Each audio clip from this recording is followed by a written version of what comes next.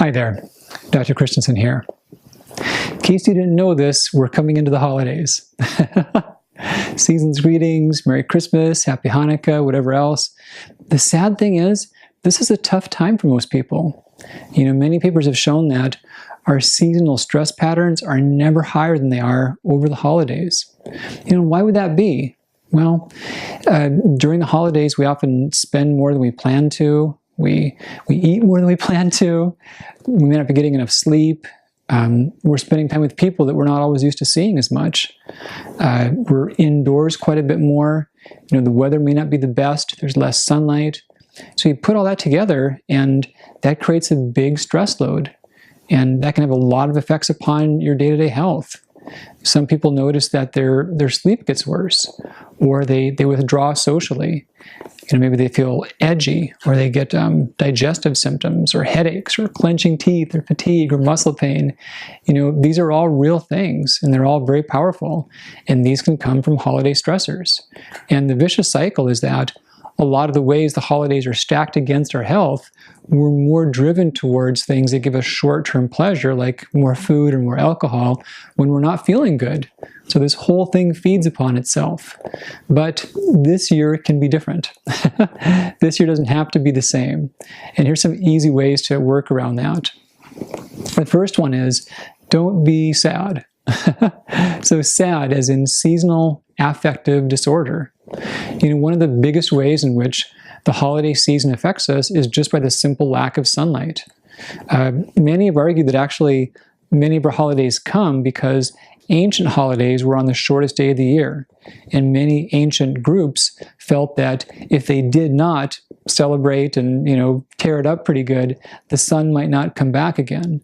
So we have these things when the days are shorter, and that's just less light, and a big effect upon the stress load. One easy way to help is keeping your vitamin D up at a good range. The ways in which we get sick more over the holidays and feel worse can be because we're lower in this good nutrient that in the past we made from the sun. If you're not taking vitamin D, get yourself tested for it. You'd be surprised how many people are really deficient in it. If you are taking some vitamin D, get yourself tested for it. You'd be surprised how many are not on the best amount, usually too little. But dial it in.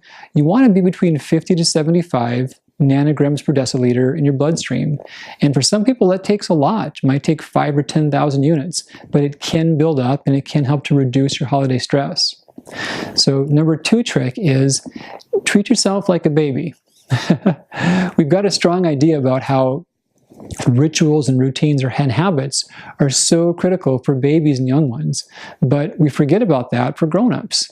And that's a problem with the holidays, is that we're doing things at odd hours. We're delaying our meal time, we're staying up late, we're doing these or sleeping in later. So maintain your schedules. Keep your schedules and your habits as tight as they are normally, and you'll do a lot better through all of it. Next tip is, be nice to your liver. For many, alcohol is totally fine. They have a few servings, no big adverse effects. But many are quite sensitive to it. And in terms of health, we thought in the past that alcohol made our heart stronger and made us healthier. The data now has shown that it really does not, that there's no safe amount for the brain. Every amount that we have regularly does literally kill the brain cells and reduce the brain volume. So go easy on that. The other thing about your liver is sugars and sweet things affect it pretty strongly. Try baking your favorite dishes and just change xylitol for sugar, and make the same batch of cookies or cake or holiday treats that you would otherwise, just with xylitol, that only change. And you'll be amazed. The taste and the texture is identical, or 99% identical. It's so close that no one would even notice that. But sugar is so hard on the liver, such a big strain there. And what happens is that when your liver is strained or affected, you can't control your blood sugar, and your stress hormones get higher and higher and higher. The other trick is try to chill out. What I mean by that is we're actually healthier when we're not in the same temperature all the time. We work so hard to have climate control in our homes, in our cars, where we work. And for sure, I mean, I'm from northern Minnesota. I mean, you would die if you didn't in places like that. But we need to have some temperature fluctuation, and especially in the wintertime. So when we have less temperature fluctuation, our bodies get locked in the storage mode. We gain weight easier, and our immune systems get weaker. So how do you fluctuate the temperature? You know, if you've got to heat at night, which most places do in the winter, don't heat quite as much. Let the temperature drift down maybe 5 or 10 points lower than you would otherwise at night. And even if you're bundling up in bed with blankets because of that, just your body being exposed to the cold will help your immune system and help your metabolism.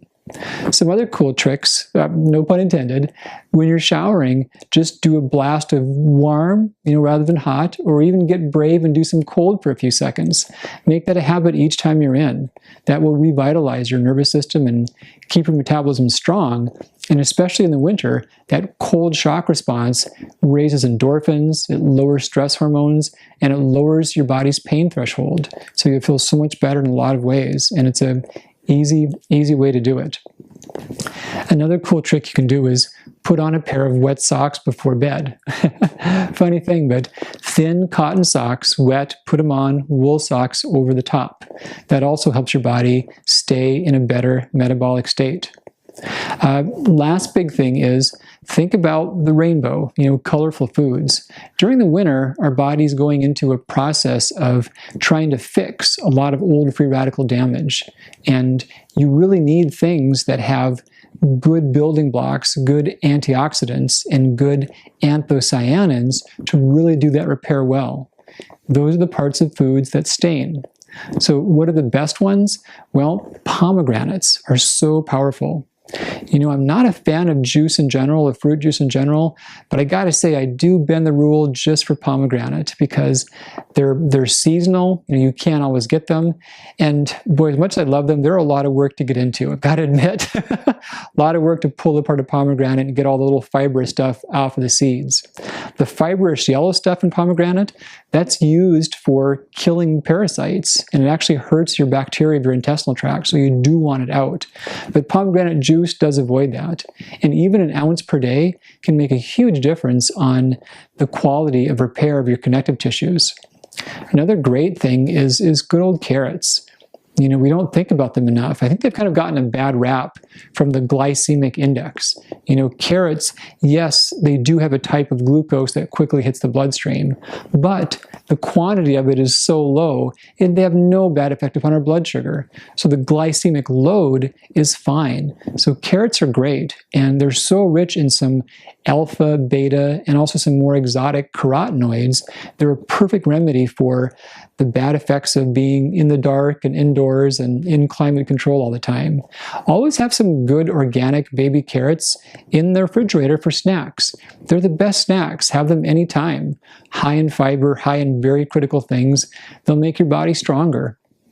So this holiday season, put a little thought into some basic changes and tweaks, and also put some thought into thinking of it as a time of real renewal. I love to make goals for what's my goal for today, my goal for the week, for the month, and then the year goals are so much fun.